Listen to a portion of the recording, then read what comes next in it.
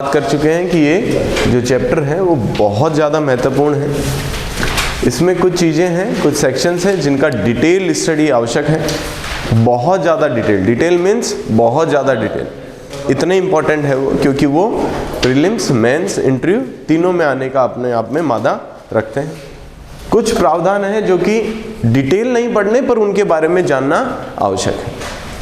धारा 300 से 327 है, उनमें से बहुत ज़्यादा डिटेल में क्या क्या पढ़ने हैं, डिटेल स्टडी की जहाँ जहाँ जरूरत है। एक और हम ऐसी बात कर रहे हैं ना।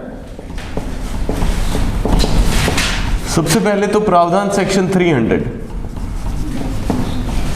लगभग पूरी एक क्लास 2-2.5 घंटे की नहीं हो तब तक ये एक धारा नहीं पूरी हुई है, ये समझिएगा। अब इसको करवाने को मैं 5 मिनट, शायद 2 मिनट, बांचने में तो 2 मिनट लगते हैं, पर वास्तव में इस धारा की इतनी इंपॉर्टेंस है कि आप इसको 1 क्लास, 2 क्लास, 3 क्लास भी दो तो कम है इसके लिए।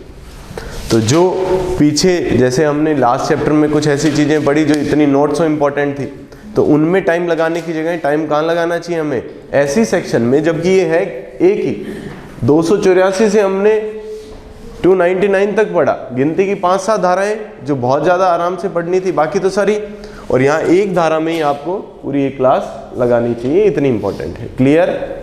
इंपॉर्टेंट टिक करें इसमें। फिर हम पढ़ेंगे सेक्शन, छोटा छोटा तो बहुत सारे सेक्शन हैं जो डिटेल प्रावधान पढ़ने हैं। Section 306, 307 and 308। ठीक है जी सर। ये क्या है 300? तो क्या है, जिसको लगता है डबल जीओपार्डी है वो सब गलत है। ठीक है, इतने दिन इसलिए नहीं बोल रहा था क्योंकि यहाँ तक पहुँचे नहीं थे। अब यहाँ पहुँच गए तो आपको होश में लाना जरूरी है, ये डबल जीओपार्डी नहीं है ना। बात करेंगे क्यों नहीं है। ठीक है, बोला ऐसा ही जाता है परंतु असलियत कुछ और है ना, दिख ही रहा है। ये क्रोकोडाइल और एलिगेटर में कितना फर्क है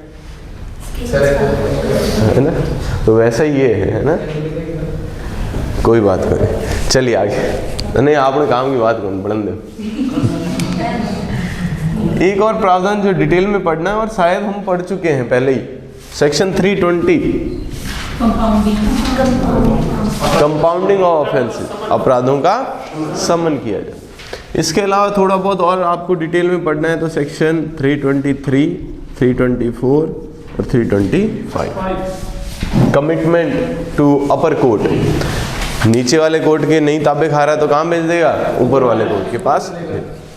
ये कुछ प्रावधान है जो बहुत ज़्यादा डिटेल में पढ़े, हालांकि इंपॉर्टेंट सेक्शन और भी बहुत सारे हैं। मैं तो कहता हूँ ये पूरा अध्याय ही क्या है, इंडेक्स में तो बहुत शानदार इंपॉर्टेंट है। आप कोई भी परीक्षा दें जिसमें सीआरपीसी सिलेबस में, और आपको पता है चाहे आपका आरजेएस है, चाहे जेएलओ है, चाहे एपीपी, तीनों में ही सीआरपीसी मौजूद है या नहीं। देखो इंपॉर्टेंट, आप संविधान को मानते हो, संविधान नहीं आता काय में, एपीपी में संविधान आता ही नहीं है। इंपॉर्टेंट, आप आईपीसी को मानते हो, आईपीसी जेएलओ में आती ही नहीं।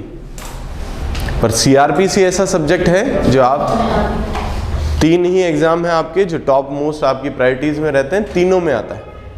ठीक है, तो उसमें आप कोई भी एग्जाम दे के देखिएगा या पुराने पेपर उठा के देखिएगा, इस चैप्टर में से जरूर क्वेश्चन बनेगा ही बनेगा। इतना इंपॉर्टेंट चैप्टर है, तो थोड़ा सा आप इस चैप्टर पे गौर करिए। क्लियर? आज का हमारा, जैसा कि मैंने कहा, कम से कम एक क्लास पूरी चाहिए सेक्शन 300 के लिए। आइए पढ़ते हैं सेक्शन 300। क्या है सर सेक्शन 300? कुछ हेडिंग लिखी है इन्होंने, क्या लिखी है? पर्सन वंस कन्विक्टेड और acquitted not to be tried for same offence. आप लोग जो इसके बारे में जानते हैं पहले से, वो अपनी विचार रखें। पहले तो डबल जीओपार्डी किस किस का बोलना है कि डबल जीओपार्डी है।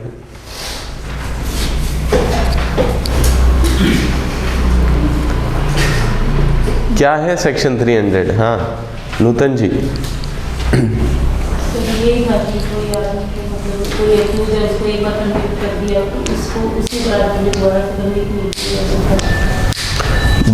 वर्ड में, लॉ में वर्ड्स का बहुत फर्क पड़ जाता है ना।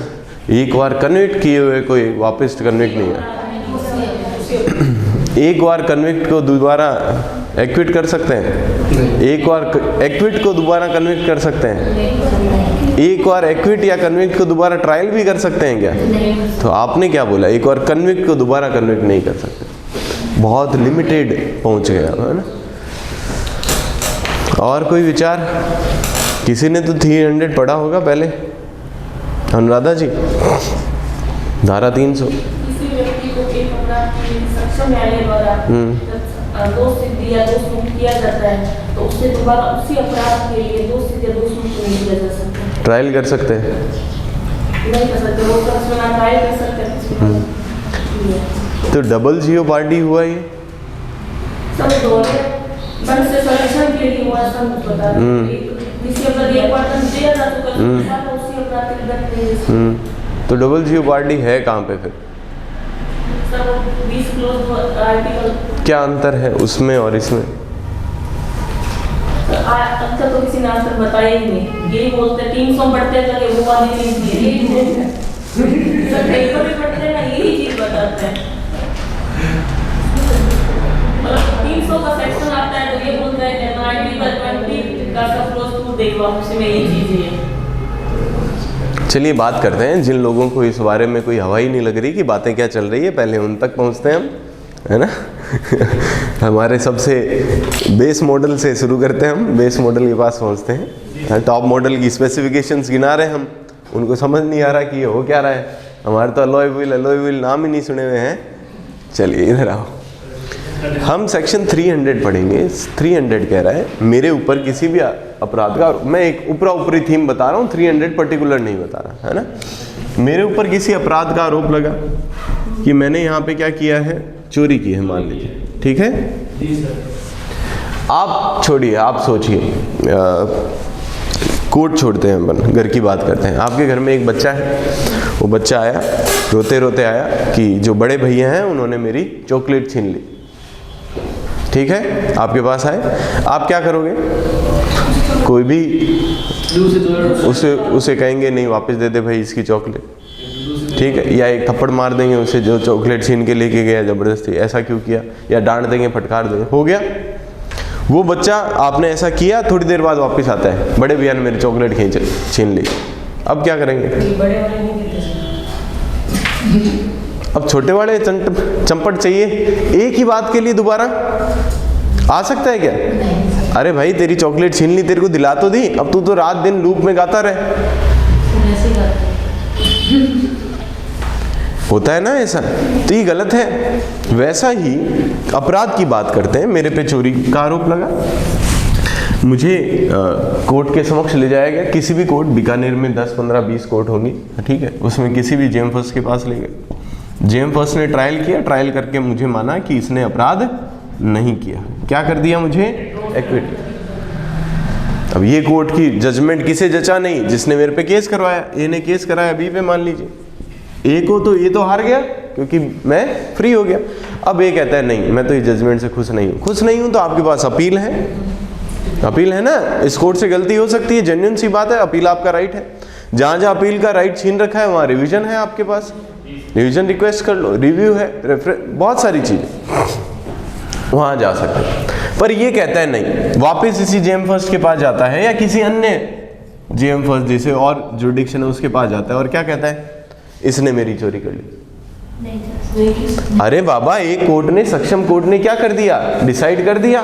अब ये तो आप गाते रहो, कब तक गाते रहो कि कोई कोर्ट इसे मान नहीं ले दोषी, तब तक आपकी बात का जजमेंट एक सक्षम न्यायालय, कॉम्पिटेंट कोर्ट कर चुका है। इसके लिए आप बार बार उसी न्यायालय या किसी अन्य न्यायालय में आप दस्तक नहीं दे सकते। हाँ, हो सकता है उनका निर्णय गलत हो, ऐसी बात नहीं है, गलत नहीं हो सकता तो अपील में चले जाओ। आप इनके पास गए, इन्होंने आपके पक्ष में कर दिया, आप फिर इनके पास गए, दूसरे कोर्ट के पास गए, दूसरे ने इनके पक्ष कर दिया, तो फिर किसका मानेंगे? मान लीजिए कन्विक्ट कर दिया दूसरे ने, फिर किसका मानते आप? दोनों ही जेएम फर्स्ट। तो ये कंट्रोवर्सी चाहिए ही नहीं हमें। अगर किसी मामले में एक बार किसी व्यक्ति को एक्विट या कन्विक्ट कर दिया है तो उस मामले में वापस वो मामला दर्ज ही नहीं होना चाहिए। पर दर्ज करा दिया तो आगे कोर्ट को जब भी ये बात याद में आएगी कि इस मामले में पहले से क्या हो चुकी है, ट्रायल हो चुकी है, व्यक्ति को कन्विक्ट या एक्विट किया गया है, तो न्यायालय वहीं पे अपनी ट्रायल को रोक दे। क्लियर? अरे भाई आपको एक कोर्ट ने बोल दिया, या हो सकता है ये कोर्ट बी को क्या कर दे, कन्विक्ट कर दे। सजा काट ली मैंने, 3 महीने की सजा दी, आप खुश नहीं हुए कि यार 3 ही महीने में छूट गया। आप इसे कहो सर सजा ज्यादा बढ़ाओ, नहीं बढ़ा रहा, अपील में जाओ, सजा बढ़ाने के लिए जा सकते हैं अपील में, हाँ या ना? कौन सी धारा है फटाफट? 377 CRPC। आपको सजा से ना खुश हो तो आप बढ़वाने के लिए चले जाओ, हाँ या ना? ठीक। और विक्टिम को जाना है तो शुरुआती जो धारा है, पहली धारा क्या है अपील की, उसे तो मना ही नहीं है, ये तो सरकार जा सकती है बढ़ाने के लिए। विक्टिम तो 372 में कभी भी कहीं भी पहुंच सकता है अपील में, मैं इससे ना खुश हूँ। कोर्ट ने क्या कर दिया, मेरे को कन्विक्ट कर दिया, सजा कितनी दे दी, 3 महीने। 3 महीने में जेल काट के आया, फिर बाहर आया, वापस इसी चोरी पे वापस मुकदमा दर्ज है। क्या सेंस हुआ? पहले FIR दर्ज थी, FIR से मुझे सजा मिल गई, अब उसने मजिस्ट्रेट के समक्ष कंप्लेन करा दी। क्या मजिस्ट्रेट इसमें ट्रायल करेगा? अरे बाबा क्यों करेगा, इसका जजमेंट हो चुका है, हाँ या ना? और जजमेंट के 2 ही चीजें, या तो एक्विट या कन्विक्ट। यानी एक बार किसी मामले में जजमेंट होने के पश्चात उसी मामले में वापस से आप कोर्ट के अंदर नहीं जा सकते। क्लियर? समझ आ रही है बात? पक्का पक्का? ठीक सर। चाहे कन्विक्ट हुआ हो चाहे एक्विट हुआ हो, डिस्चार्ज में जा सकते हैं। हम हमेशा से बात कर रहे थे, डिस्चार्ज करते ही इसीलिए है कि आप पे कोई चार्ज ही नहीं लगा था, यानी आपकी ट्रायल हुई नहीं, यानी सेक्शन 300 रीट्रायल को बैन कर रहा है। किसे रोक रहा है? एक बार ट्रायल हो गई, ट्रायल होने का अंजाम क्या था, हमने पहले बात की, ट्रायल का एंड क्या है, या तो कन्विक्ट या एक्विट। यानी एक बार ट्रायल होने के बाद पुनः ट्रायल नहीं हो। तो सेक्शन 300 क्या है? बैन ऑन रीट्रायल, रीट्रायल को रोक रहा है। दोहरे विचारण से संरक्षण है। किससे संरक्षण है? Protection against double trial, not double punishment, not double jeopardy. अब आते हैं इसी के संबंध में एक और आर्टिकल जहां से इसको आग मिली। संविधान का आर्टिकल है, आर्टिकल 20(2). बाबा कौन से मार्कर रखते हो?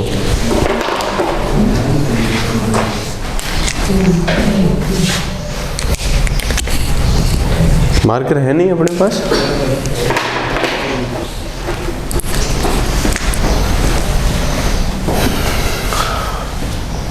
चलिए, आर्टिकल 20(2) क्या कहता है? डबल जीओपार्डी, दोहरे दंड से संरक्षण। अर्थ समझ आ रहा है? मीनिंग से एक बार सजा प्राप्त, एक अपराध में सजा प्राप्त कर ली तो उसे वापस से सजा नहीं दी जाएगी, वो ये कह रहा है। जबकि 300 क्या कह रहा है? एक बार ट्रायल हो गई, भले ही छूट भी गया हो तो वापस से ट्रायल नहीं। तो आर्टिकल 20(2) की अगर आप लैंग्वेज पढ़ेंगे, no person shall be prosecuted and punished twice for the same offence. क्या लिखा है? No person shall prosecuted and punished। Law में एंड का अर्थ जानते हैं आप? Plus. No person shall prosecuted and punished twice for the same offense।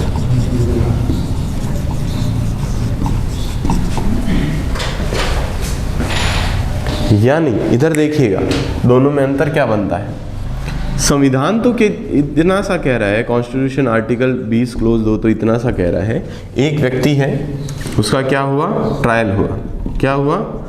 यानी उसमें मुकदमा दर्ज हुआ, पहले तो प्रोसिक्यूशन हुआ, प्रोसिक्यूशन होने के बाद उसे डिस्चार्ज किया जा सकता है, कर सकते हैं या नहीं? ऊपरा ऊपरी मामला ही नहीं बनता हो तो उसे क्या कर देंगे? डिस्चार्ज। और ऑप्शन क्या बनते हैं ट्रायल के बाद? एक्विट बनता है और कन्विक्ट बनता है। कन्विक्ट में भी ऑप्शन बनते हैं जी सर। अगर आपको सिर्दोष ठहरा दिया गया है कि आपने ये अपराध किए, मान लिया गया है, तो फिर दंड के पर्सन पे सुना जाता है। वो तब सुना जाता है जब आपको प्रोबेशन या एडमोनिशन पे छोड़ा ना जाए। आपको डांट के भी छोड़ सकता है जज, अगर छोटा अपराध है, फर्स्ट टाइम ऑफेंडर है, हमने कल भी पढ़ा था, हाँ या ना। तो कन्विक्ट होने के बाद भी ऑप्शन क्या है आपके पास, एडमोनिशन और प्रोबेशन, इसमें छोड़ा जा सकता है। और कन्विक्ट होने का एक ऑप्शन क्या, आपको पनिश भी किया जा सकता है। ठीक है, अब समझिएगा वापस, आर्टिकल 20 क्लोज 2 किसे रोकता है, एक व्यक्ति को एक बार ट्रायल किया गया, प्रोसिक्यूट किया गया, उसके बाद एक्विट कर दिया गया, क्या आर्टिकल 20 क्लोज 2 इस व्यक्ति का वापस विचारण करने से रोकता है क्या? नहीं रोक रहा है। किसी को प्रोसिक्यूट करो, एक्विट कर दो, कोई दिक्कत नहीं, वापस ट्रायल कर लो। ये किसे रोक रहा है, प्रोसिक्यूटेड प्लस पनिश। एक बार केस चला, उसे सजा दे दी, फिर से ट्रायल करोगे, इसे रोकता है आर्टिकल 20 क्लोज 2। एक बार केस चला, एक्विट कर दिया, वापस ट्रायल चलेगी, 20 क्लोज 2 रोक रहा है क्या? आर्टिकल नहीं रोक रहा। एक बार ट्रायल चली, कन्विक्ट हो गया, तो क्या रोक रहा है? तब भी नहीं रोक रहा, कन्विक्ट नहीं है, प्रोसिक्यूशन प्लस पनिश है। एक बार ट्रायल चली, प्रोसिक्यूशन चला, कन्विक्ट किया, कन्विक्ट करके उसे फ्री छोड़ दिया, प्रोबेशन पे, एडमोनिशन पे या कंपनसेशन लेके, तो भी उसके विरुद्ध वापस मुकदमा चल सकता है? जी हाँ, चल सकता है। किसके दौरान? आर्टिकल 20 क्लोज 2 मना नहीं। 20 क्लोज 2 तो केवल कम मना कर रहा है, आपने किसी पे प्रोसिक्यूट किया और उसे इन दो चीजों के होने पे ही वापस से अगर आप ट्रायल चलाते हो तो उसे मना करता है आर्टिकल 20 क्लोज 2। नहीं समझ पा रहे बात को? क्या समझ आई? यानी अगर सेक्शन 300 नहीं होता सीआरपीसी का, तो एक व्यक्ति का एक ही मामले में विचारण, जैसे मेरे पे चोरी का आरोप लगा, मेरी ट्रायल चली, ट्रायल चलने के बाद दो ऑप्शन, या तो कन्विक्ट या एक्विट। मुझे एक्विट कर दिया गया, वापस से कोई व्यक्ति आता है चोरी का ही मुकदमा मेरे पे करवाने, तो करवा सकता है, आर्टिकल 20 क्लोज 2 मना नहीं कर रहा।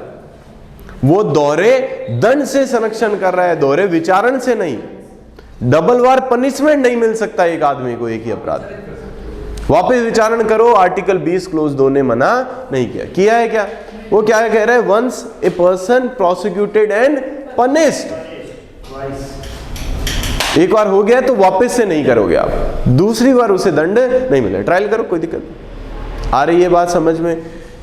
यही संविधान के अनुसार एक व्यक्ति का ट्रायल चला, उसको कन्विक्ट किया गया, पर ऑप्शन थे या तो एडमोनिशन वगैरह पे छोड़ दो या पनिश कर दो, उसे इस पे छोड़ दिया। एडमोनिशन, प्रोबेशन, डांट फटकार के, भर्त्सना बोलते हैं एडमोनिशन को, छोड़ दिया। क्या वापस ट्रायल हो सकती है? संविधान मना कर रहा है? नहीं मना कर रहा। संविधान तो केवल तब मना करेगा जब आपको पहले चोरी के केस में ट्रायल चली और आपको कन्विक्ट किया, और कन्विक्ट करने के बाद पनिश किया। अगर एक बार पनिश हो गए तो वापस अब पनिशमेंट नहीं। ये कह रहा है संविधान, क्लियर? पर संविधान में ये लैक दिखा है या नहीं? अरे बाबा, एक ही मामले के लिए दो बार ट्रायल भी क्यों हो? पनिशमेंट तो आपने रोक लिया, ट्रायल भी क्यों हो? वो फंडामेंटल राइट है, ये लीगल राइट है। फंडामेंटल राइट एकदम मूल होते हैं कि एक व्यक्ति को एक ही अपराध में 2 बार सजा मत दो, और ये राइट्स बहुत विस्तृत हो सकते हैं, बहुत ब्रॉड हो सकते हैं लीगल राइट्स। तो इसे ब्रॉड किया गया 300 को खूब हद तक। कितना कि एक बार ट्रायल हुई, आप कन्विक्ट हुए, चाहे एडमोनिशन प्रोबेशन पे छोड़ दिया, तो भी वापस से ट्रायल नहीं होगी। आप एक बार ट्रायल हुई, कन्विक्ट हुए, पनिशमेंट मिला, तो भी वापस ट्रायल नहीं होगी। आपकी ट्रायल हुई, आपको कन्विक्ट नहीं किया, एक्विटल कर दिया, तो भी वापस ट्रायल नहीं। यानी 300 तो क्या कहता है सीआरपीसी का, एक बार आपकी ट्रायल हो गई यानी दोष मुक्त या दोष शुद्ध, एक्विट या कन्विक्ट, तो दोबारा ट्रायल ही नहीं। वहां कह रहे एक बार ट्रायल होके पनिश हुए हो तो दोबारा नहीं आना। यहां कह रहे एक बार ट्रायल हो गई, चाहे आप पनिश हुए हो, चाहे कन्विक्ट हुए हो, चाहे एक्विट हुए हो, कोई फर्क नहीं पड़ता हमें। एक बार ट्रायल पूरी हो गई ना, वापस से आपकी ट्रायल नहीं होगी। तो दोनों में अंतर क्या है? वो दोहरे दंड से संरक्षण है, ये दोहरे विचारण से संरक्षण है। समझ आ रहा है? गलती मत कर बैठना। ये इतना डिटेल में इसलिए 20 क्लोज 2 को यहाँ ले आने का कारण भी यही रहा है क्योंकि आज के समय के अंदर ज़्यादातर बच्चे ये गलती करते हैं कि जब उनसे पूछा जाता है कि आर्टिकल 300 क्या है तो उनका सेक्शन 300 क्या है तो डायरेक्ट आंसर रहता है डबल जियोपार्डी।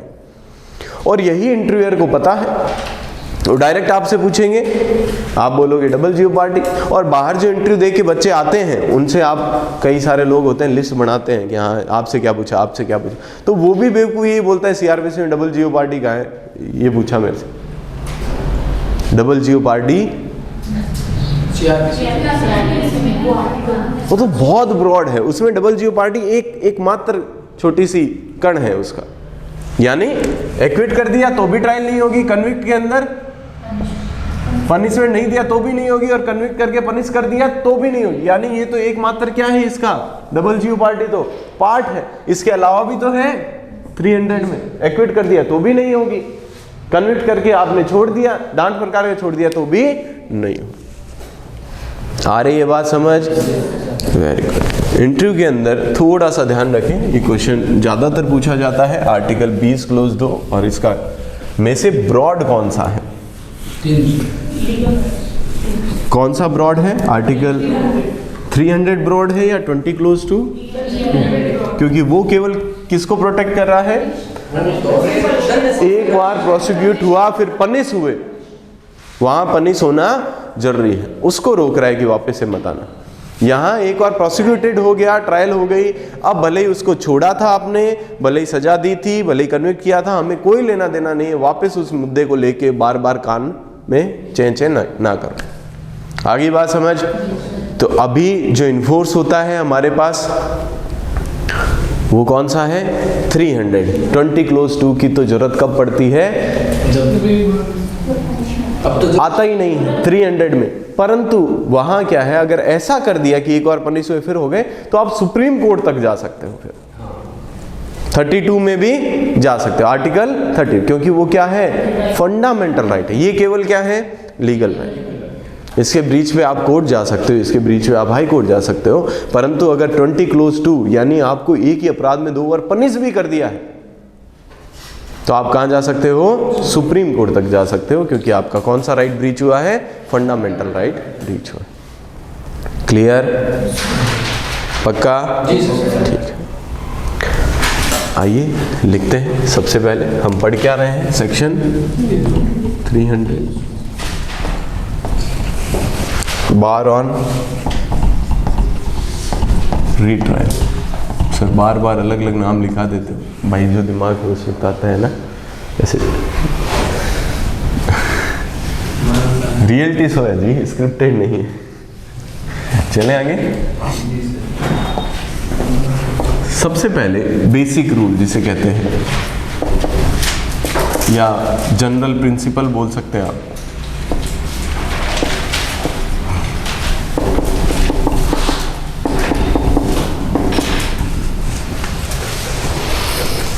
जनरल प्रिंसिपल पहले लिख देते हैं, अंडर आर्टिकल 20 क्लोज 2 वो किसे प्रोटेक्ट करता है, डबल जियो। इसका अर्थ क्या है, एक ही व्यक्ति को एक ही मामले में एक से अधिक बार पनिश नहीं किया जाना, दोहरे दंड से, ड्यूल पनिशमेंट से प्रोटेक्शन फ्रॉम ड्यूल पनिशमेंट। समझ आ रहा है? ठीक है, क्या लिखा है, no person shall be prosecuted and, ये ध्यान रखना, एंड क्या होता है लॉ में, प्लस होता है। सिर्फ प्रोसिक्यूट करो, वापस आपको छोड़ दिया, कोई दिक्कत नहीं है, वापस से ट्रायल हो सकती है, ये मना नहीं कर रहा, आपका फंडामेंटल राइट नहीं रोक रहा है, भले ही हो। रोकता कौन है, 300 रोकता है, CrPC legal, prosecuted and punished for same offence twice. Section under section 300 close one 300 मेरी फेवरेट मूवीज में से एक है। देखी हुई है क्या?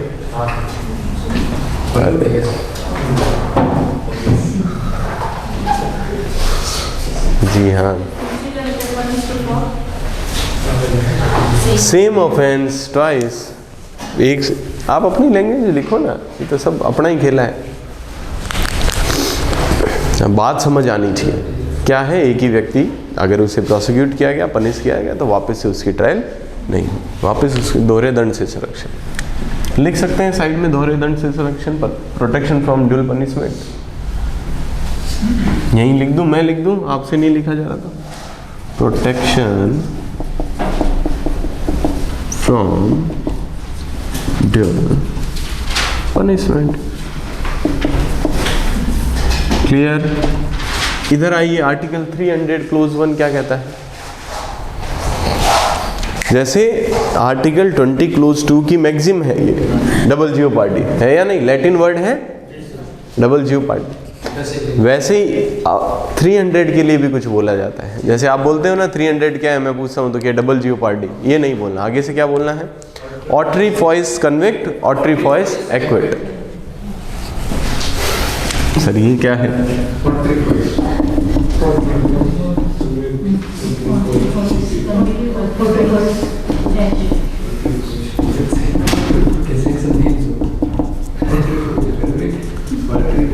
तो बाहुबली में वो आता है ना, उसकी लैंग्वेज है।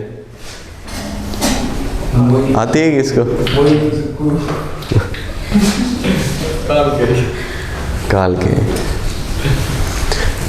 बताओ, इसे कहते हैं मेहनत। जीवन में कुछ काम करो तो वो कुछ भी तो कर सकते थे, कुछ भी बुलवा सकते। उन्होंने बकायदा उसकी वर्णमाला बनाई, पूरी लैंग्वेज बनाई।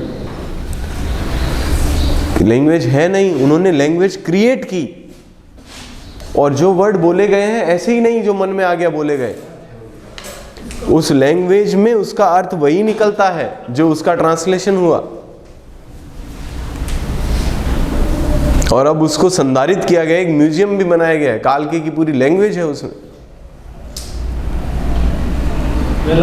और करना क्या था, इसीलिए तो वो सबको याद है। हम बात कर रहे हैं, नहीं तो बहुत सारी फिल्मों में बहुत कुछ हो जाता है, याद थोड़े रहते। उन्होंने उस पर मेहनत की इतनी। कर सकते थे कुछ भी करते तो कुछ भी, जैसी फिल्में बॉलीवुड की चल रही है वैसे ही चलती होगी। अभी तो 2-3 साल हाईएस्ट है, मुझे लगता है बॉलीवुड नाम ही खत्म हो जाएगा धरती से। ऑट्रीफॉइस कन्विक्ट, ऑट्रीफॉइस एक्विट। और ये पता नहीं क्यों जानबूझ के, मुझे लगता है जानबूझ के ऐसी फिल्में बनाने लगे जो किसी को पसंद नहीं है। ऐसा लग रहा है अभी कि जानबूझ के ऐसा कर रहे हैं, पता नहीं ये हम ये सोचने लगे भी खत्म हो रही है। कुछ लोग तो पहुंच गए साउथ हाथाजोड़ी करके, जो बड़े नाम थे, सलमान खान, शाहरुख खान, सब पहुंच गए हैं साउथ। वहाँ के एक्टर्स के साथ फिल्में कर रहे हैं, फ्री में कर लेंगे हम फिल्में। करो क्यों बंद हटे, चालक बंदारी। वापस भी तो आना है ट्रेंड में। जी सर।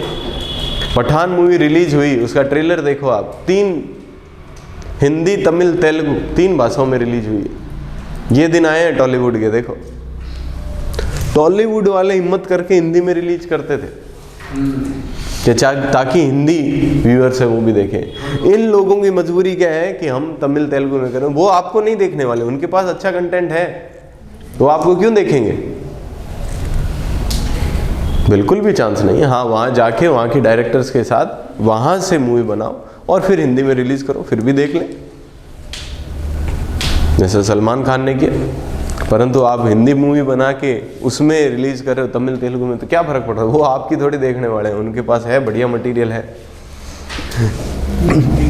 ऑट्रीफॉइस कन्विक्ट, ऑट्रीफॉइस एक्विट मीन्स एक बार कन्विक्ट हुआ वापस से विचारण नहीं होगा, एक बार एक्विट हुआ वापस से विचारण नहीं होगा। क्लियर? ना तो कन्विक्ट होने पे वापस विचारण होगा, ना ही एक्विट होने पे विचारण होगा। ये क्या है सर? प्रोटेक्शन फ्रॉम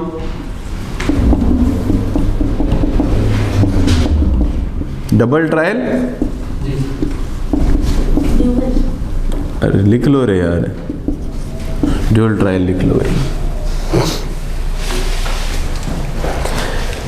पढ़ता हूं 300 का क्लोज 1 क्या लिखा है, देखिएगा। A person who has once been tried by a court of competent jurisdiction. Underline करिए, कोर्ट कैसा होना चाहिए। मैं ऐसे ही किसी अरे गहरे कोर्ट के पास चला गया, पूरा मामला उसने ट्रायल कर लिया और उसने एक्विट कर दिया या कन्विक्ट कर दिया, अब वापस से जो कोर्ट कंपिटेंट है उसके पास नहीं जाऊंगा क्या मामला लेके? ऑफ कोर्स जाऊंगा, क्योंकि जिसने जजमेंट दिया है वो उसमें जजमेंट देने के लिए सक्षम ही नहीं था, तो उसके जजमेंट की कोई वैल्यू है ही नहीं। तो कम से कम एक अच्छा जजमेंट के लिए कंपिटेंट कोर्ट के पास तो जाऊंगा। जी हाँ, तो ये इसका अपवाद भी हो गया। अगर पहली ट्रायल इनकम्पिटेंट कोर्ट ने की है तो फिर आप वापस ट्रायल करवा सकते हैं उस मामले में। जी हाँ, करवा सकते। अपवाद हो गया ना इसका, ये कह रहा है एक बार ट्रायल वापस ट्रायल नहीं होगी, पर पहली ट्रायल किसने की? इनकम्पिटेंट कोर्ट ने की, तो वापस से अब कंपिटेंट के पास जा सकते हो। जी हाँ। For an offence a person who has once been tried by a court of competent jurisdiction for an offense and convicted or acquitted, दोनों ऑप्शन है, जबकि संविधान में क्या है? केवल ट्रायल हुई और केवल कन्विक्टेड भी नहीं, पनिश होना चाहिए, प्रोसिक्यूटेड एंड पनिश। यहाँ चाहे आप एक्विट हो चाहे कन्विक्ट हो, कन्विक्ट में चाहे आपको छोड़ दिया जाए डरा धमका के, चाहे प्रोबेशन पे, चाहे सजा दी जाए, चाहे माफ कर दिया जाए, कोई फर्क नहीं पड़ता। वहाँ फर्क पड़ता है कि प्रोसिक्यूट हुए और पनिश हुए तो वापस से ट्रायल नहीं होगी। यहाँ प्रोसिक्यूट हुए, चाहे आपको छोड़ दिया, एक्विट कर दिया, चाहे कन्विक्ट किया, आपकी वापस ट्रायल नहीं। Of such offense shall, while such conviction or acquittal remains in force, underline करिए, while such acquittal or conviction remains in force, ये भी एक अपवाद हो गया। कैसे सर? नीचे वाले कोर्ट ने मुझे चोरी में क्या माना? चोरी का मुकदमा हुआ, ट्रायल पे दो ही ऑप्शन निकलते हैं, या तो क्या कर देंगे? एक्विट या कन्विक्ट। मैं क्या हो गया? नीचे वाले कोर्ट ने एक्विट कर दिया। इसी चोरी के मामले में वापस ट्रायल हो सकती है मेरी? नहीं हो सकती ना। एक बार एक्विट हो चाहे कन्विक्ट हो, वापस ट्रायल नहीं हो सकती। पर इस चोरी के जो एक्विट हुआ तो सामने वाला जिसने मुकदमा कराया था वो कहाँ चला गया? अपील में। अपील में तो जा सकता है। अपील कोर्ट ने इस जजमेंट को क्या कर दिया? कोएस कर दिया, सेट असाइड कर दिया कि नहीं ये जजमेंट गलत है, वापस से सुनो। वापस से सुनेंगे तो वापस ट्रायल होगी या नहीं होगी? तो अगर नीचे वाले कोर्ट का जजमेंट एक बार जिस कोर्ट ने ट्रायल किया उसका जजमेंट फोर्स में नहीं रहा है, रिमेन्स इन फोर्स नहीं रहा है, क्वेस कर दिया गया है, सेट असाइड कर दिया गया है, तो उसी मामले में पुनः ट्रायल हो सकती है। सिंपल सी बात है। आ रही है बात समझ? अरे भाई, जो जजमेंट था उसे क्या कर दिया गया? खारिज कर दिया गया। तो खारिज कर दिया गया तो अब वापस तो सुनेंगे, हाँ या ना? तो वापस सुनने के लिए रीट्रायल होगी। एक बार ट्रायल हो चुकी है, वापस से ट्रायल होगी। क्यों? क्योंकि नीचे वाले कोर्ट ने जो जजमेंट दिया था उसे क्वेस कर दिया गया है, खत्म कर दिया गया है। वापस नए सिरे से सारी जांच पड़ताल होगी। क्लियर? तो दो अपवाद मैंने आपको बता दिए, समझ आ रहे हैं? तो कंपिटेंट जुडिक्शन वाला कोर्ट नहीं सुनता है तो वापस से ट्रायल हो सकती है। दूसरा, जजमेंट ही फोर्स में नहीं। दोनों का अर्थ सेम है अगर बेस पे जाए। कंपिटेंट ने नहीं सुना है तो जजमेंट का कोई अर्थ ही नहीं है, तो वापस जजमेंट के लिए जाओगे ही, ट्रायल करोगे। और नीचे वाले कोर्ट के जजमेंट ऊपर वाले कोर्ट ने खत्म कर दिया तो भी उस जजमेंट का अब कुछ भी बेस नहीं रहा, तो वापस ट्रायल करवाओगे ही, हाँ या ना? ठीक है। While such conviction or acquittal remains in force, not be liable to be tried again for the same offense. ये पनिशमेंट से प्रोटेक्शन नहीं कर रहा, ये काय से प्रोटेक्शन कर रहा है? ट्रायल से प्रोटेक्शन। एक बार कोई एक्विट या कन्विक्ट हो गया उसकी पुनः ट्रायल नहीं हुई। यही तो कह रहा है, for the underline at same offence. अन्य अपराध के लिए कर सकते हैं, सिंपल सी बात है, कर ही पाएंगे। आगे जो लाइन है सेम ऑफेंस के बाद, इसे थोड़ा सा गौर से करिएगा। लोग इसे लेट गो कर देते हैं, मैं इसे समझाना चाहता हूँ। हालांकि थोड़ा समय लगेगा पर मैं चाहता हूँ ऐसा कि आपको समझाए। Nor on the same fact for any other offence for which a different charge from the one made against him might have been made under subsection 1 of section 221 और for which he might have been convicted under subsection 2 thereof। क्या था 221 का 1 और 2? जो charge लगाया है उसके अलावा भी कुछ अगर प्रूव हो रहा है जो उसके एलिमेंट्स के विद इन है, तो आप उसके लिए आपने कोई अपराध किया सामने वाले के लिए डाउटफुल है कि ये कौन सा अपराध है। 221 याद करिए, डाउटफुल है, क्या है, संदेह है कि ये जो अपराध हुआ वो कौन सा, तो वो सारी धाराएं लगा सकता है। उसको ऑप्शन था या नहीं, उसने नहीं लगाई, किसकी गलती? ऑफ कोर्स ही बात है, उसको मौका था हमारे पास, और चलो नहीं भी लगाई होती, अगर वो साबित हुआ होता जो नहीं लगाई धारा, तो उसमें भी पनिश किया जा सकता था। वो भी हमने पढ़ा कि धारा गलती से नहीं भी लगाई है तो आप डिफरेंट धारा जो बनती है उसमें पनिश कर सकते। जैसे किसी ने आपके साथ ऐसे डराया धमकाया, ऐसे हाथ दिखाया, थोड़ी सी चोट लगी, आप कहते हैं कि ये कहाँ कहाँ आता है। मान लीजिए एक सामान मिला किसी के पास, क्या मिला, या आपकी बाइक थी जो चोरी हो गई थी कुछ दिन पहले, क्या हो गई थी, चोरी हो गई थी, कोई ले गया होगा, चोरी हो गई, जो भी। ये बाइक आपको कोई ले जाते हुए दिखा, ऐसा कई बार होता भी है लोगों के साथ, यार आप देखो लागे है 3-4 साल पहले घूमी हुई बाइक कोई ले जा रहा है, देखी सी लग रही है, ठीक है, आपने उसे रोका, भाई जी बाइक कहीं, बाइक स्टैंड लागोड़े हटाओगे? नहीं भाई जी हमारी है, मेरी है। आपको पता है बाइक आपकी है, आपने चेक कर ली, सारी चीज़ें मैच खा रही हैं, नंबर तो चेंज किए हुए अगले ने, बाकी आपको पता लग रहा है आपकी। वो बाइक वाले ने क्या अपराध किया होगा बाइक पे, आराम से सोचिए। या तो हो सकता है वो खुद ही चोर हो सकता है या नहीं, उसी ने चुराई हो। ऐसा भी तो हो सकता है उसने चुराई हुई संपत्ति चुराई हुई जानते हुए प्राप्त की हो। ऐसा भी हो सकता है उसने कोई अपराध जेन्युइनली किसी से खरीदी हो, किसी ने बेची हो उसे। या ऐसा भी हो सकता है कि आपसे चुराई जिसने, उससे उसने चुरा ली हो, कोई आइडिया नहीं। इट इज डाउटफुल कि उस बाइक के विरुद्ध कौन सा अपराध हुआ है। तो आपके पास ऑप्शन है, आप चोरी का इंजाम लगा दो, चुराई हुई संपत्ति प्राप्त करने का इंजाम लगा दो। क्लियर, समझ रहे हैं बात को, हाँ या ना? वैसे ही किसी व्यक्ति के पास, आप पुलिस वाले हैं, कोई चीज मिलती है जो कि उस देखने से स्पष्ट है कि वो उसकी नहीं है, आप उससे पूछते हैं ये कहाँ से आई, वो उसका सेटिस्फैक्ट्री जवाब नहीं दे पाता, आप उसे गिरफ्तार कर लेते हैं। कर सकते हैं गिरफ्तार, ऐसा कहीं लिखा है? बिना वारंट के गिरफ्तार कर सकते हैं, ऐसा भी कहीं लिखा है? 41 में कहाँ लिखा है बाबू? ऐसे नहीं चलेगा ना, याद करो 41, एक क्लोज याद करो। किसी व्यक्ति के पास कोई ऐसी संपत्ति मिले जिसके बारे में संदेह हो कि उसके विरुद्ध कोई अपराध किया गया है, तो उस व्यक्ति को आप तत्काल बिना वारंट के गिरफ्तार कर सकते हो। कहीं लिखा है बाबा? एक करके याद करो। सी तो नहीं है बाबा, ऐसे क्या करें? ए क्या है? ए क्या है? पुलिस वाले के सामने आप संज्ञेय अपराध करते हैं। बी और बी ए क्या है? संज्ञेय अपराध किया, सामने नहीं किया। सी क्या है? प्रोक्लेम्ड ऑफेंडर है, उद्घोषित अपराधी है। ठीक है, आप उसे हाथों हाथ आपको दिखा कि वो जवाब नहीं दे पा रहा है जिसकी छानबीन की गई, आपने उसे गिरफ्तार कर लिया। गिरफ्तार करके कौन सी धारा लगाओगे? सोचिए, आप पुलिस वाले हैं,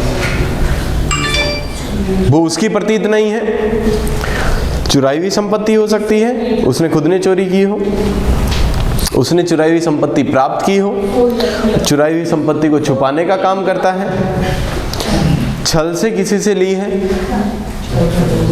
चीटिंग करके ली है, क्रिमिनल ब्रीच ऑफ ट्रस्ट किया हो सकता है, हाँ या ना? क्रिमिनल डिसऑनेस्ट मिस एप्रोप्रिएशन किया हो सकता है, रॉबरी से प्राप्त हो सकती है, एक्सटॉर्शन से प्राप्त हो सकती है, डकैती से प्राप्त हो सकती है। सभी ऑप्शन है आपके पास। तो 221 क्या कहता है? या तो सभी धाराएं लगा दो, अल्टरनेटिव में लगा दो, या जो आपको ज्यादा लग रही है वो लगा दो। जो चार्ज पक्का होंगे उसमें वो पनिश हो जाएगा, भले ही नहीं भी लगाया हो कोई दिक्कत नहीं। तो आप उस वक्त चाल लगा सकते थे, आप उस वक्त उस बात को प्रूव कर सकते थे जो भी आपको अपराध लगता है, पर आप प्रूव नहीं कर पाए। अब वापस से कोई दूसरी धारा चेंज करके आप केस नहीं करें। यानी पहले आपने क्या आरोप लगाया, वो सामान मिला, मिलते ही पहले 379 में केस चलाया, चोरी में केस चलाया, चोरी में वो क्या हो गया, एक्विट हो गया, एक्विट हो गया। अब कहते हैं सर इस पे तो सेम ऑफेंस की बात थी, सेम ऑफेंस में नहीं होगा, तो आप होशियार बन के क्या कहेंगे, अब मैं 411 में आरोप लगा रहा हूं सर, उस पे सेम थोड़ी ऑफेंस, ये चुराई हुई संपत्ति प्राप्त की। फिर इसकी ट्रायल चली 2 साल, 2 साल इसकी चली, 2 इसकी चली, फिर एक्विट हो गया, फिर आप 414 लगाते हो, फिर एक्विट हो गया, फिर आप रोबरी की लगाते हो, फिर डकैती लगाते हो, पूरी जिंदगी वो तो बेचारा। अरे बाबा अगर प्रूव हो सकता था तो इसी केस में कर देना, लगाई धारा भले ये है तो ये प्रूव कर दे, हमने ऑप्शन दिया है वहां पे, अगर ये भी प्रूव कर देगा तो हम इसमें पनिश कर देंगे उसको, ये ऑप्शन है आपके पास। तो अगर सेम अपराध या उन्हीं तथ्यों से और कोई अपराध घटित प्रतीत होता है 221 क्लोज 1 और 2 के अधीन, तो उसकी भी वापस रीट्रायल नहीं होगी। यानी एक बार चोरी में एक्विट या कन्विक्ट हो गया तो अब चोरी संपत्ति प्राप्त करने या छुपाने या रॉबरी डकैती इनमें इसकी ट्रायल नहीं चलेगी। क्यों? क्योंकि वहीं पे पूर्णतः आपके पास चांसेस थे, आप सारे एविडेंस दो और इसे पनिश करवा दो। क्लियर? आ रही है बात समझ? ठीक है, वापस से पढ़ता हूं, पूरा डिटेल में देखिएगा, हिंदी वाले थोड़ा ध्यान से, क्योंकि इंग्लिश में पढ़ा पहले। जिस व्यक्ति का किसी अपराध के लिए सक्षम अधिकारिता वाले न्यायालय द्वारा एक बार विचारण किया जा चुका है, सक्षम अधिकारिता के नीचे अंडरलाइन करें, और जो ऐसे अपराध के लिए दोषसिद्ध या दोषमुक्त किया जा चुका है, आइदर एक्विटल आइदर कन्विक्शन, वह जब तक कि ऐसी दोष शुद्धि या दोष मुक्ति प्रवर्त रहती है, अगर चेंज कर दी, क्वेश कर दी, सेट असाइड कर दी तो वापस ट्रायल हो सकती है, जी हाँ, तब तक न तो उसी अपराध के लिए पुनः विचारण होगा और न ही उन्हीं तथ्यों पर किसी अन्य अपराध के लिए विचारण का भागी होगा जिसके लिए उसके विरुद्ध लगाए गए आरोप से भिन्न आरोप धारा 221 की उपधारा 1 के अधीन लगाया जा सकता था या उपधारा 2 के अधीन लगाया, ना तो उस सेम धारा में, ना ही वो धाराएं जो उसके ऊपर लगाई जा सकती थी 221 क्लोज 1 और 2 के अधीन, उन पे ट्रायल उसका नहीं किया, क्योंकि फैक्ट सेम थे, आप ये प्रूव नहीं कर पाए, मतलब नहीं कर पाए, बात खत्म। क्लियर? क्लियर?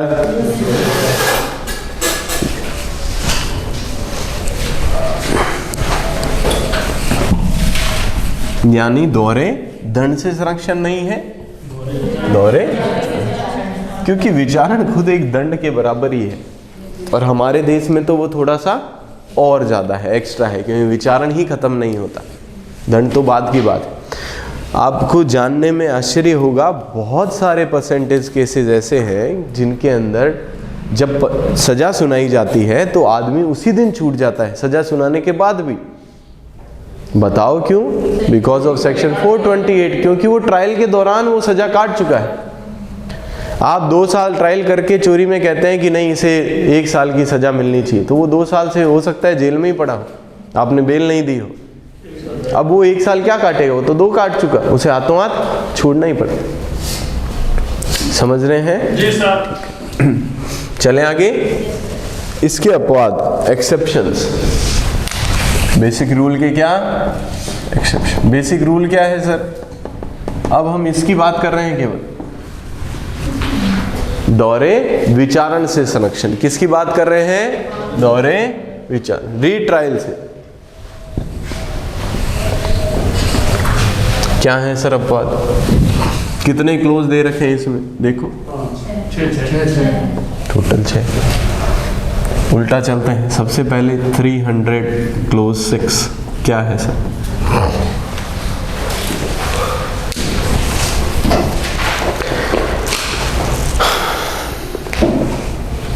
इस धारा की कोई बात साधारण खंड अधिनियम 1897 की धारा 26 के या इस संहिता की धारा 188 के उपबंधों पर प्रभाव नहीं डालेगी।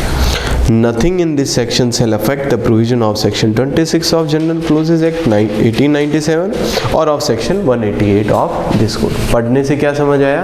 कुछ भी नहीं। कहना क्या चाह रहे हैं बाबू मुसाए? ये कह रहे हैं एक व्यक्ति था भारत का आदमी है, इधर देखिए, दिमाग ना लगाओ, है ना, बैठे हैं अभी तो हम। भारत का आदमी है, भारत से बाहर गया, घूमने गया, रीस आई कोई चेप ही आयो, भारत में जहाँ भी आएगा उसकी ट्रायल वहीं शुरू हो जाएगी। 188 पढ़ा था आपने जी सर। जुडिक्शन का सेक्शंस थे कि भारत में भी क्योंकि वो है भारत का नागरिक है, भारत में ट्रायल चलेगी या नहीं। आप भारत के बाहर कहीं मर्डर करिए है तो आपके यहाँ आने पे ट्रायल नहीं चलेगी क्या आपके खिलाफ? चलेगी। आईपीसी का सेक्शन 4 कहता है भाई चलेगी, धड़ाधड़ चलेगी आपके खिलाफ। दूसरा, बाहर का आदमी था, भारत में रजिस्टर्ड पोत या विमान पे उसने अपराध किया है तो भी भारत में उसकी ट्रायल चलेगी, हाँ या ना? हवाई जहाज में या कोई जहाज है उसके अंदर जो रजिस्टर्ड इंडिया में है, उसमें अगर वो डीम्ड इंडिया माना जाता है, उसमें भी अपराध करते हो तो आपकी ट्रायल इंडिया में चलेगी। अब समझिए, कोई अंग्रेज इंडिया आता और यहाँ अपराध करता तो इंडिया में आप उसकी ट्रायल नहीं चलाते क्या? छोड़ दे, यहाँ मर्डर करके भेज देते कि तू वापस जा अमेरिका जा, वहाँ ट्रायल चलेगी, ऐसा होता क्या? तो वैसे ही मैं इंडियन हूँ, मैं अमेरिका गया, वहाँ मर्डर करके आया तो अमेरिका में भी मेरी ट्रायल चलेगी, और यहाँ आया चलेगी या नहीं? अमेरिका में क्यों चलेगी? क्योंकि वहाँ मर्डर किया है। जैसे ही विदेशी यहाँ आए तो उस पर ट्रायल नहीं चलेगी क्या? यहाँ कोई अपराध कर दे तो चले, तो वैसे ही अमेरिका में भी चले। और चूंकि वो मेरा नागरिक है, इंडिया का सिटीजन है, या इंडिया पे रजिस्टर्ड पोत या विमान पे अपराध किया है तो यहाँ भी ट्रायल चलेगी। एक ही अपराध में ड्यूल ट्रायल हो गई या नहीं हो गई? तो दो जगह सजा मिलेगी। हाँ, दो जगह सजा भी दोनों जगह मिलेगी उसे। गलत नहीं है बाबू। होता क्या है, यहाँ भी उसने देश के कानून के विरुद्ध अपराध किया है, वहाँ के देश के कानून के विरुद्ध भी वो अपराधी है। दो कानून भी अलग अलग। वहाँ उन्होंने अपराध किया, ऐसा नहीं है ना, फिर वो कहेंगे कि हम पनिश करेंगे, आप कहोगे कि हम पनिश करेंगे, दोनों जगह पनिश होगा। सर वो एक इटालियन वो थे ना, 2 वेरिएंट थे, उन्होंने वहाँ पे केरला के अंदर 2 मछुआरों को मार दिया था, तो उनकी तो यहाँ पर भी नहीं चलाने दे रहे, तो वहाँ भी नहीं चलाने दे रहे। वो आपकी जो ट्रीटीज बहुत सारी है, ऐसे तो जो अपने एयर कमांडर थे जो पाकिस्तान ने पकड़े थे, वापिस छोड़ा ना उनको, कुछ किया क्या? कोई ट्रायल चली? कुछ भी तो नहीं हुआ। दुश्मन देश का सिपाही था, हमला कर रहा था वहाँ, उनके देश के अंदर एंटर करके उनके देश के विमानों से, फिर भी क्या हुआ? युद्ध था वो तो। खुद देने, अपन ने कभी सोचा था? अपन ने तो वो न्यूज़ देखी तभी पता लगा अल्लाह वापस देना पड़ेगा। हमने सोचा तो बहुत ब्रूटल तरीके से। मैं देखो बहुत बुरी तरह। तो ये ट्रीटीज है, वो अलग चीज़ होगी, है ना। साधारणतः ऐसे व्यक्ति को जिसका यानी ऑफेंस कहाँ कमिट हुआ है? Outside. Offence is committed outside India.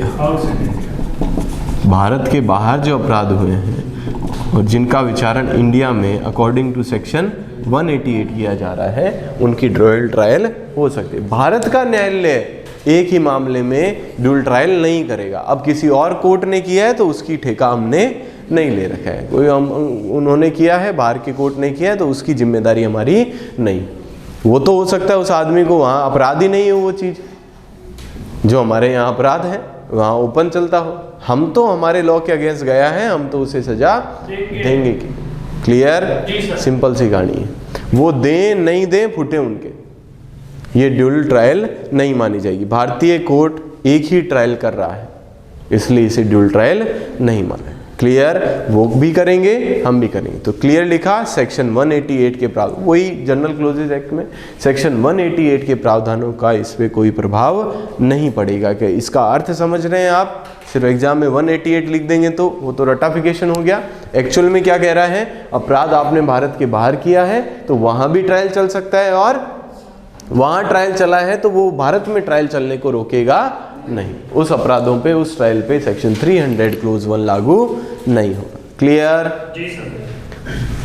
Clear? Very good. Section 300 close 5 आपको बोला था मैं पूछूंगा एक दिन, क्या लिखा है 300 क्लोज 5? थोड़े ही दिन हुए हैं अभी तो किए हुए। पर वो समन केस के अंदर मतलब किसी को क्या कहते हैं डिस्चार्ज कर दिया था। Very good. अगर आप डिस्चार्ज करते हैं तो उसका इफेक्ट जो माना गया है, करते तो क्या है आप एक्विट करते हैं। वो 258 में मतलब ये 258 ही बोल रहे हैं, पढ़ो तो सही। आप ना अगर डोज मुक्त कर देते हो ना इसको, डोज मुक्त कर देते हो ना, तो उसका प्रभाव ये माना जाएगा कि आपने उन्मोचित किया है, और उसके डिस्चार्ज इफेक्ट माना जाएगा, जबकि किया क्या है आपने, एक्विट किया। 258 याद आ रहा है किसी को? कंप्लेंट से भिन्न समन मामले, कौन से मामले? कंप्लेंट से भिन्न समन मामले, जिसका एक आइडिया निकलता है कि वो लाइक सुओ मोटो अपराध है, उनमें कभी भी मजिस्ट्रेट को लगता है किसी प्रक्रम में कि आगे कार्रवाई नहीं की जानी चाहिए, तो मजिस्ट्रेट उन कार्रवाइयों को रोक देगा। और अगर ये कार्रवाई रोकना मटेरियल एविडेंस लेने के पश्चात है तो उसे जजमेंट पास करेगा, किसका? अभियुक्त के एक्विटल का, दोष मुक्त का। पर इसका प्रभाव क्या माना जाएगा? उन्मोचन। अब याद आया? जी सर, नूतन जी ने उत्तर भी दिया था। सही कर लो, 258 कर लो। वो क्या हुआ है? पहली बात एक्विटल हुआ था, पर उसका इफेक्ट डिस्चार्ज क्यों माना था? वहाँ भी समझाया था, फिर समझा रहा हूँ। साधारणतः वहाँ 258 के अंदर जो केसेज आते हैं वो क्या आते हैं कि किसी कोर्ट ने सुओ मोटो कॉग्निजेंस लिया, ठीक है। मान लीजिए आप मेरे जुडिक्शन में हैं, मैंने आपके ऊपर कॉग्निजेंस लिया किसी मामले में कि आपने किसी को थप्पड़ मारा। क्या मारा? मैंने सुओ मोटो कॉग्निजेंस ले लिया। बाद में मुझे किसी प्रक्रम में लगता है कि नहीं यार ये कॉग्निजेंस तो गलत ले लिया, तो मैं इसे क्या कर देता हूँ? आपको एक्विट कर देता हूँ, क्योंकि समन मामले में सीधा एक्विटी होता है, ऑफिशियली चार्ज फ्रेम होते नहीं है। क्योंकि अब जिसके थप्पड़ पड़ा वो जा रहा है कंप्लेंट कराने, उसकी कंप्लेंट पे आगे कार्रवाई चलेगी क्या? क्यों नहीं चलेगी?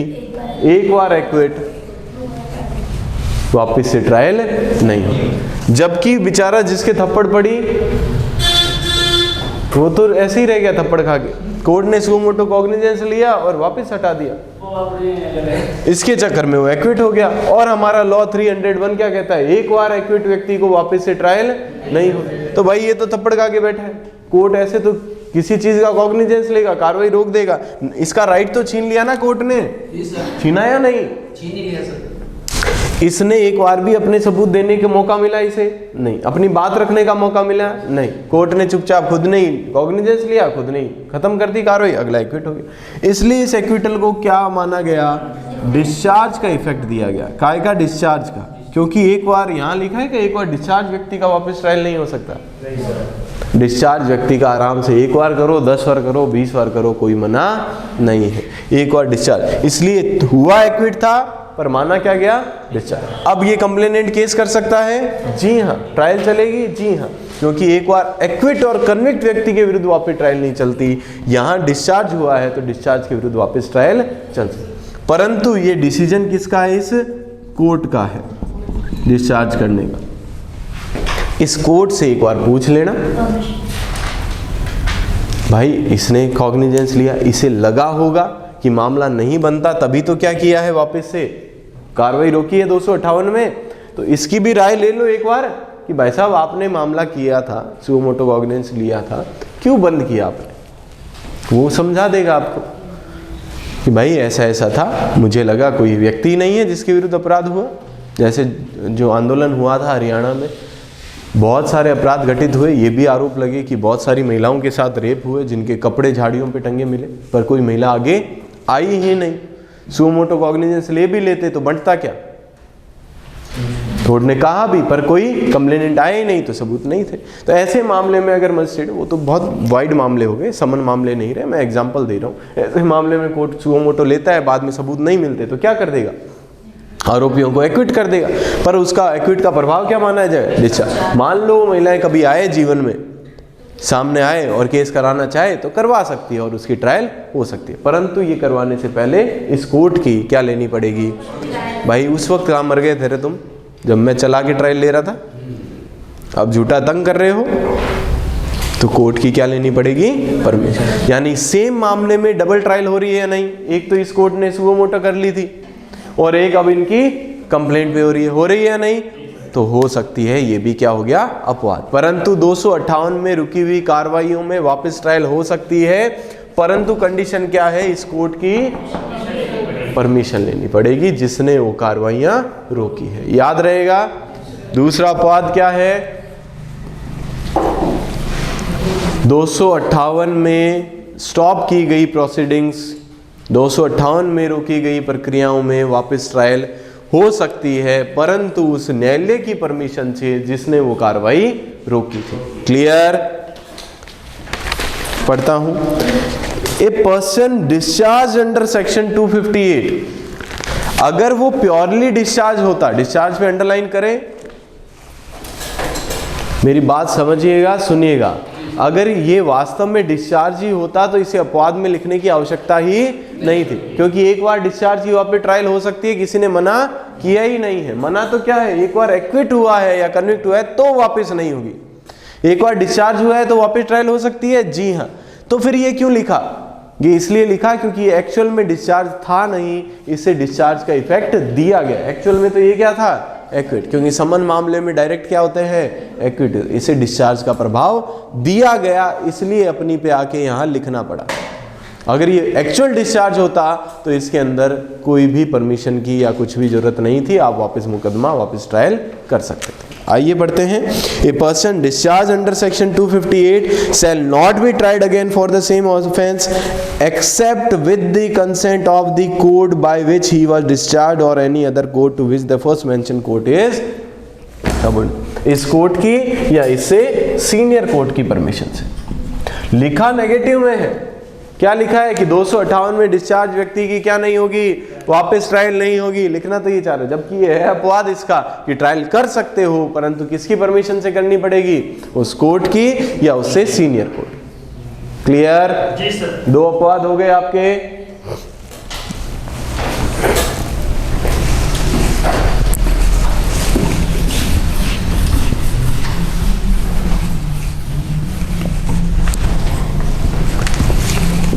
person discharged under section 258 with permission of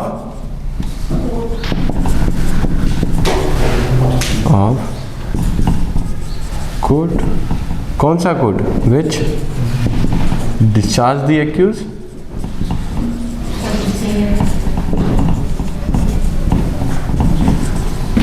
और इट्स सीनियर कोर्ट, या जिसके वो सबऑर्डिनेट है, ऐसा बोल दो या ऐसा बोल दो, उससे ऊपर का न्यायालय।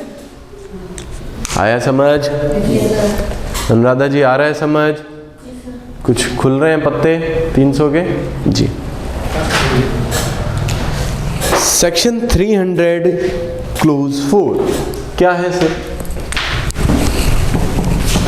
देखिए, इसे इतना डिटेल में पढ़ाने का कारण ये है, ये मेंस का क्वेश्चन बनता है पूरे 6 नंबर से लेके 10 नंबर तक का, और एक अच्छा भला क्वेश्चन है, अपने आप में परिपूर्ण पर्सन है ये। इसको किसी भी और चीज़ को जोड़ने घटाने की जरूरत है ही नहीं, इसमें अपने आप में बहुत बड़ा है। समझ रहे हैं? सीधा क्वेश्चन आ सकता है, क्या प्रावधान है दोहरे विचारण को लेकर सीआरपीसी में? ऐसा पर्सन आ सकता है, दोहरे दंड से संरक्षण और दोहरे विचारण से संरक्षण में अंतर बताइए, दोहरे विचारण से संरक्षण के अपवाद बताइए। बोलिए। बहुत सारे क्वेश्चन बनते हैं और ये मेंस का अच्छा भला क्वेश्चन है, ध्यान रखिएगा। और ये टॉपिक भी बन सकता है आपका इंटरव्यू में, क्योंकि एक बार इसमें से एक क्वेश्चन पूछ लिया और आपने जवाब दे दिया तो they can frequently ask the same questions. उनके पास बहुत ऑप्शन है फिर यहाँ से प्रश्न पूछने के। ठीक है, इम्पॉर्टेंट है, ध्यान से पढ़ें और ध्यान से समझिए और फिर रिवाइज भी करना है। चलें आगे।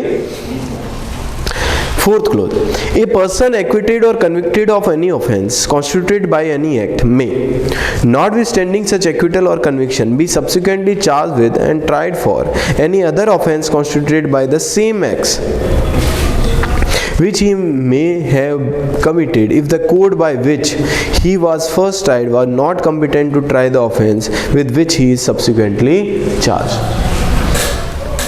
पहले ही हम पढ़ चुके, कोर्ट कैसा होना चाहिए, कॉम्पिटेंट कोर्ट होना चाहिए। तो आप चाहे उसे यहाँ ध्यान रखें, पहला कोर्ट क्या होना चाहिए, उस अपराध को ट्रायल करने में सक्षम होना चाहिए।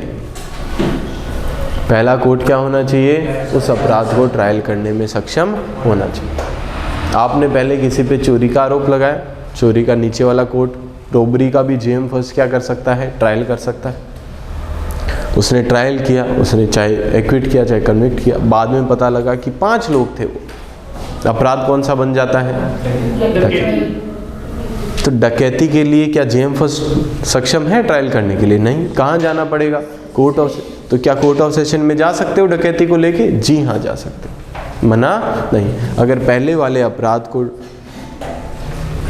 वाला कोर्ट इस अपराध को ट्रायल करने में सक्षम नहीं हो तो आप जो सीनियर कोर्ट है जो सक्षम है वहाँ पे पहुँच सकते हो। इसके एग्जाम्पल दे रखे हैं 2, कौन कौन से हैं, पीछे एग्जाम्पल भी है ना 300 के अंदर, ई और एफ। ई और एफ, आइए देखते हैं क्या लिखा है, शायद एकदम क्लियर हो जाए माइंड आपका। A is charge by a magistrate of second class, underline करिए मजिस्ट्रेट कौन सा है, हम कॉम्पिटेंसी की तो बात कर रहे हैं, ठीक है। And convicted by him of theft of property from the person of B, B के शरीर से उसने कोई संपत्ति चुराई है, उसके लिए किसने उस पर ट्रायल किया, जेएम सेकंड ने, और उसको पनिश भी कर दिया। ए में सब्सिक्वेंटली भी charge with and tried for the robbery on the same facts, क्योंकि रॉबरी का ट्रायल जेएम सेकंड नहीं कर सकते। सेम तथ्यों पे वो किसका ट्रायल के लिए जा सकते हैं, रॉबरी के लिए। क्यों, रॉबरी जेएम सेकंड ट्रायल नहीं कर सकता। क्लियर, उस अपराध को ट्रायल करने का सक्षमता जेएम सेकंड में नहीं। अगला, ए बी और सी ने डी को लूटने के लिए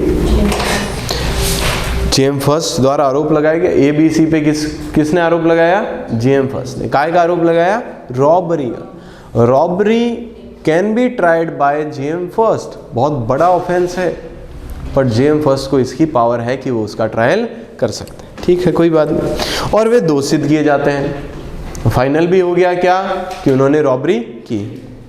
बाद में पता लगता है कि उनके साथ 3 लोग और थे, 3 ये क्या बन गया, रॉबरी और डकैती में इतना ही तो फर्क है पर्सन्स का। अगर 5 लोग या उससे ज्यादा थे तो डकैती, उससे कम थे तो रॉबरी। बाद में पता लगता है 3 लोग और थे। डकैती के लिए उन्हीं तथ्यों पर ए, बी और सी पर आरोप लगाया जा सकेगा और उनका विचारण किया जा सके। तो या तो 4 के क्लोज के आगे लिख लो, यहीं लिख लो 304 चार्ट में इलिस्ट्रेशन ई एंड एफ, और इलिस्ट्रेशन पे मार्क करके लिख लो सेक्शन 300 का क्लोज 4। क्लियर? किसमें? उस कोर्ट में नहीं हो सकता था वो। अगर वो कोर्ट होता, मान लीजिए जिसमें रॉबरी का ट्रायल चला, वो सेशन कोर्ट ही था, रॉबरी का ट्रायल चला कॉम्पिटेंट कोर्ट में। जैसे चोरी का पहले चला जेएम फर्स्ट में, और फिर रॉबरी के लिए आप जेएम फर्स्ट में जा रहे हो तो नहीं जा सकते थे, वो फिर आ जाता उसमें 221 वाले में कि आप सेम ही तथ्यों पे आप दूसरा आरोप लगा सकते थे, नहीं लगाए। अरे बाबा, ऑप्शन ही नहीं था इस कोर्ट के समक्ष हमारे पास दूसरा ऑप्शन लगाने का। इस कोर्ट के समक्ष मैं रॉबरी लगा भी देता जेएम सेकंड के समक्ष, तो जेएम सेकंड क्या करता, मुझे पता लग गया कि बीच में ये रॉबरी है, मैं क्या कर लेता, जेएम सेकंड को क्या कहता कि आप कर लो ट्रायल, जेएम सेकंड के पास पावर ही नहीं है। तो अगर बाद में पता लगता है उस कोर्ट को पावर ही नहीं थी तो आप अपर में जा सकते हो, कॉम्पिटेंट नहीं था वो। 300 क्लोज 3 क्या कहता है सर? बहुत ही सिंपल, आप सब समझ जाएंगे खुद से पढ़ के। पहले 4 के बारे में कुछ लिख देते हैं। Subsequent offense can't be triable by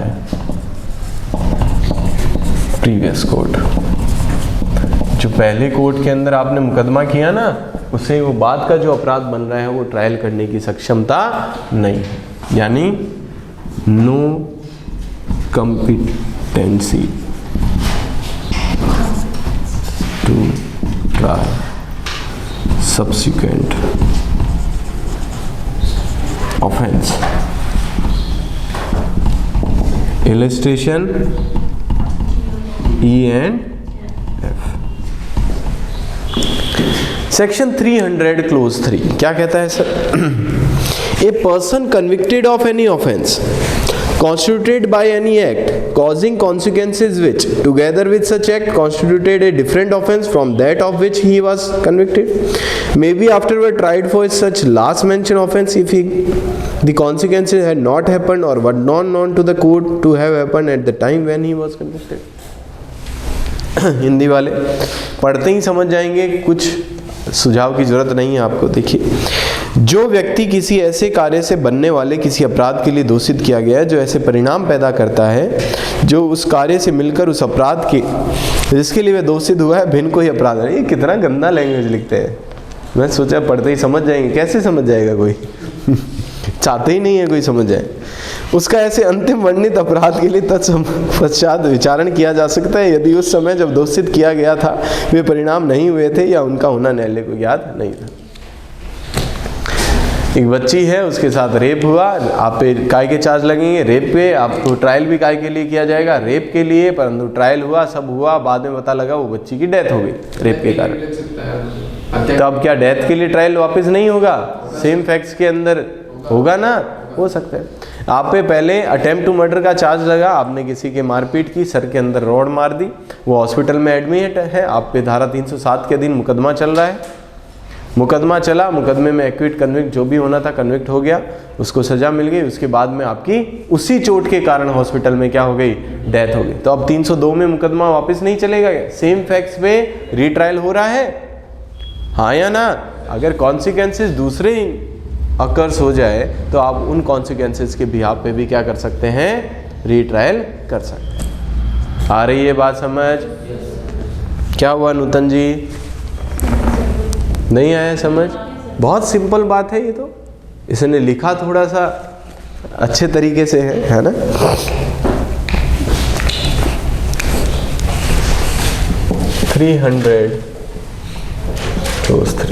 different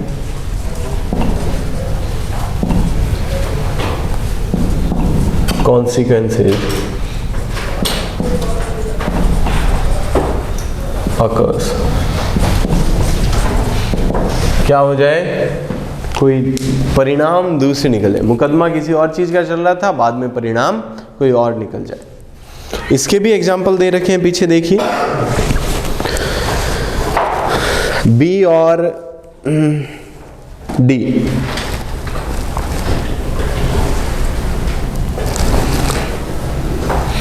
B घोर उपतिकारी। घोर उपति क्या होती है? ग्रीवियस हर्ट, जानते हैं आप? जी सर, 8 प्रकार हैं। कल परसों आपको बताए थे शायद, आई होप थोड़े बहुत याद होंगे। घोर उपति कारित करने के लिए एक का विचारण किया जाता है और वह दोषित किया जाता है, उस पर कन्विक्ट भी हो गया कि हाँ उसने क्या किया? ग्रीवियस हर्ट कमिट किया। छत व्यक्ति तत्पश्चात मर जाता है, जिसके साथ उसने ग्रीवियस हर्ट किया वो क्या हो गया? बाद में उसी हर्ट के कारण मर गया। आपराधिक मानववध के लिए एक का पुनः विचारण किया जाता है। Culpable homicide either amounting to murder either not amounting to murder के लिए आपका क्या किया जा सकता है? पुनः ट्रायल किया जाता है, क्योंकि हमने पहले ट्रायल किया था वो ग्रीवियस हर्ट के लिए किया था। अभी जो कॉन्सिक्वेंसेज निकले हैं वो क्या है? डिफरेंट है। क्या डिफरेंट है? वो मर गया है। तो आप क्या सिर्फ घोरोपति की सजा दे के छोड़ देंगे क्या उसे? नहीं, ऑफ कोर्स नहीं, उसे काय की सजा मिलेगी? 302 या 304 जो भी बनता है। चलें आगे। डी एग्जाम्पल, बी को स्वेच्छा से उपपत्ति कारित करने के लिए ए पर जेएम फर्स्ट द्वारा आरोप लगाया गया। धारा 323 में आरोप लगाया स्वेच्छा उपपत्ति कारित करना, वॉलंटरली कॉजिंग हर्ट, और वह दोषित किया जाता है, कन्विक्ट भी कर दिया।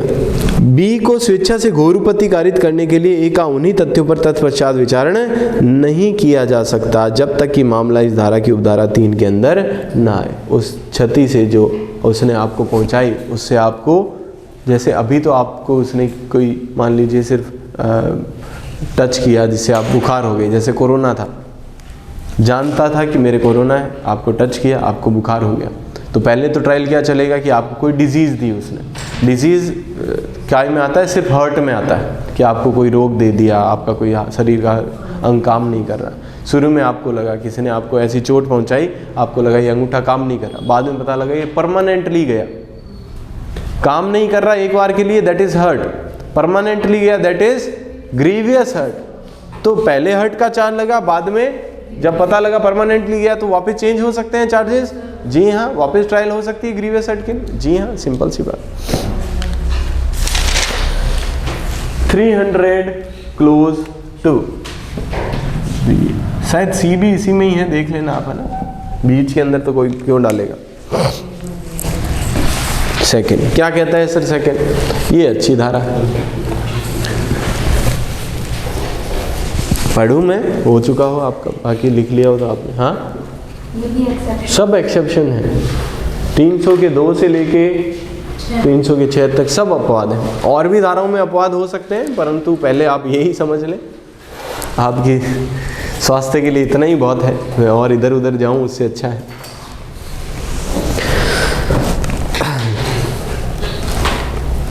A person acquitted or convicted of any offense may be afterward tried with the consent of the state government। Underline कीजिए, नीचे से दूसरा और ऊपर से दूसरा, दोनों में किसी की कंसेंट चाहिए, परमिशन चाहिए।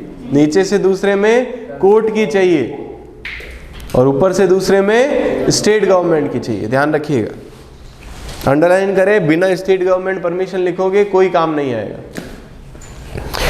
For any distinct offence for which a separate charge might have been made against him at the formal trial under subsection 1 of section 220, धारा 220 के खंड 1 क्या है? याद दिलाओ भाई, मैं तो भूल जाता हूँ।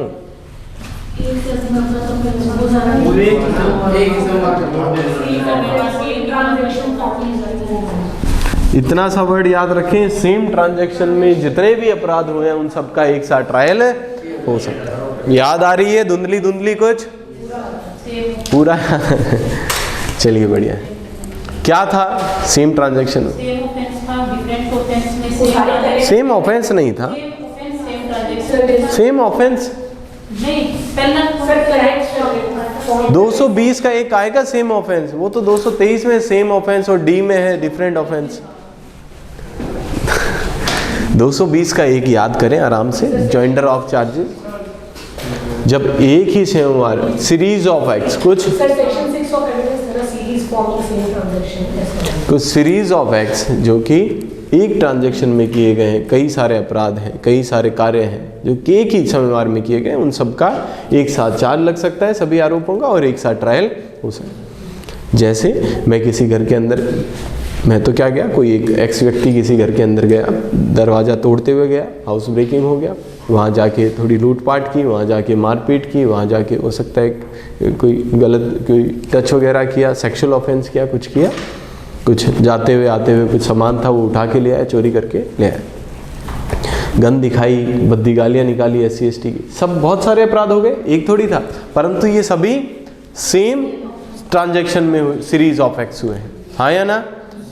सेम ट्रांजैक्शन के अंदर जितने भी हुए हैं वो सारे के सारे। मेरे को किसी बैंक से कुछ पैसा लेना था, उसके लिए मैंने पहले गाड़ी चुराई, फिर गार्ड को मारा, फिर अंदर गया, अंदर लोगों को धमकाया, गालियाँ दी, कैशियर को मारा, वहाँ जो सामान पड़ा था उस पर गोलियाँ चलाई, अंधाधुंध तोड़फोड़ की, सामान लूटा, फिर बाहर आया, एक जने को गोली भी मार दी। Series of acts in the same trial. सबका ट्रायल कैसे हो सकता है? साथ। किसने मना किया भाई करते? आपने किसी एक अपराध का उनमें से ट्रायल साथ में नहीं किया, तो अब पुनः, क्योंकि सेम फैक्ट से हम 300 का 1 पढ़े थे, सेम ऑफेंस या सेम फैक्ट से बनने वाले किसी अन्य ऑफेंस, आप और ट्रायल लगा सकते थे और चार्जेस लगा सकते थे, आपने नहीं लगा। मैं आपको एक एग्जांपल देता हूँ सिंपल सा, जिससे बहुत जल्दी समझ जाए आप। आपके घर के अंदर एक व्यक्ति आया, उसने गाली गलौज किया, बहुत कुछ किया, सब कुछ किया, हाउस ब्रेकिंग किया, हाउस ट्रेसपास किया, सब कुछ हुआ। और वो जाते जाते सामान कोई था घर के अंदर, उसे तोड़ भी गया, जिसके बारे में आपको सूचना नहीं मिली, या कोई सामान साथ ले गया जिसके बारे में आपको सूचना नहीं मिली। आपने बाकी सब आरोपों में उस पर क्या लगा दिया, चार लगा दिया। घर में आया, मारपीट की, बच्ची के साथ गलत सलूक किया, ये किया, वो किया, सब लगा दिया आपने, गाली गलौज, बंदूक दिखाई। परंतु चूंकि वो चीज़ पता ही नहीं रही आपको कि एक सामान भी वो साथ में, तो आपने उसका चार्ज नहीं। अब आप उसकी पे ट्रायल करना चाहते हैं, जब पता लगा कि अल्लाह ये सामान गायब है, शायद उसी ने उठाया हो, सीसीटीवी देखा, पता लगा अल्लाह। अब क्या होगा? सेम चीज़ों के लिए जिनका एक साथ चाल वापस से ट्रायल नहीं होती। परंतु अगर आपको ऐसा लगता है तो आप स्टेट गवर्नमेंट से रिक्वेस्ट करें, उन्हें बोलें कि ये कारण था जिसके कारण हम एक साथ चार्ज 220 के क्लोज 1 में नहीं लगा पाए। अब आप उसको चार्ज की प्लीज़ हमें अनुमति दें, हम वापस से इसका रीट्रायल करना चाहते हैं। तो अगर स्टेट गवर्नमेंट अनुमति दे, जो कि आप जानते हैं, कौन मांगता है स्टेट गवर्नमेंट से अनुमति? वो ठीक है, वो अपना फंडा है। 220 क्लोज 1 के अंदर सेम ट्रांजैक्शन में हुए अपराधों में से अगर कोई अपराध का चार्ज लगाना आप छूट गया है, उसकी ट्रायल करवाना आप रह गया है, तो आप बाद में स्टेट गवर्नमेंट से परमिशन लेके वापस से उसकी ट्रायल करवा सकते हैं। आ रही है बात समझ? पक्का? ठीक। हो गए ये तो पूरे हुए ना?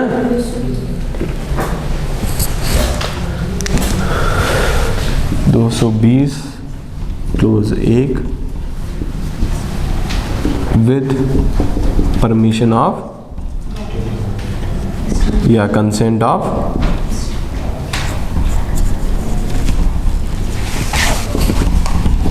State government. पर ये ध्यान रखना, ये केवल राज्य सरकार की परमिशन से ही पॉसिबल है। क्या हुआ? बोल जाओ। आपने क्या? भगवान से क्यों नहीं बने आप? चले आगे।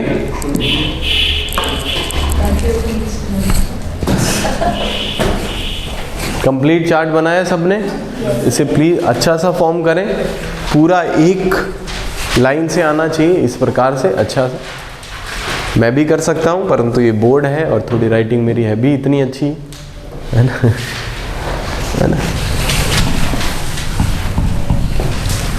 चलो एक बार बोल दो, देखें आता है क्या आपको? सेक्शन 300 है क्या सर?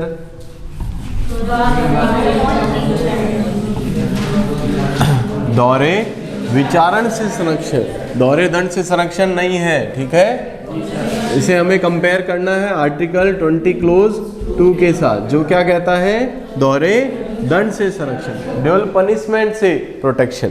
वो कहता है एक बार जिस व्यक्ति को प्रोसिक्यूट किया गया, पनिश किया गया, उसको वापस से आप प्रोसिक्यूट नहीं करेंगे। जबकि ये कहता है एक बार किसी व्यक्ति को ट्रायल किया गया, आइदर उसका रिजल्ट एक्विटल था चाहे कन्विक्शन था, उसको वापस से ट्रायल नहीं किया।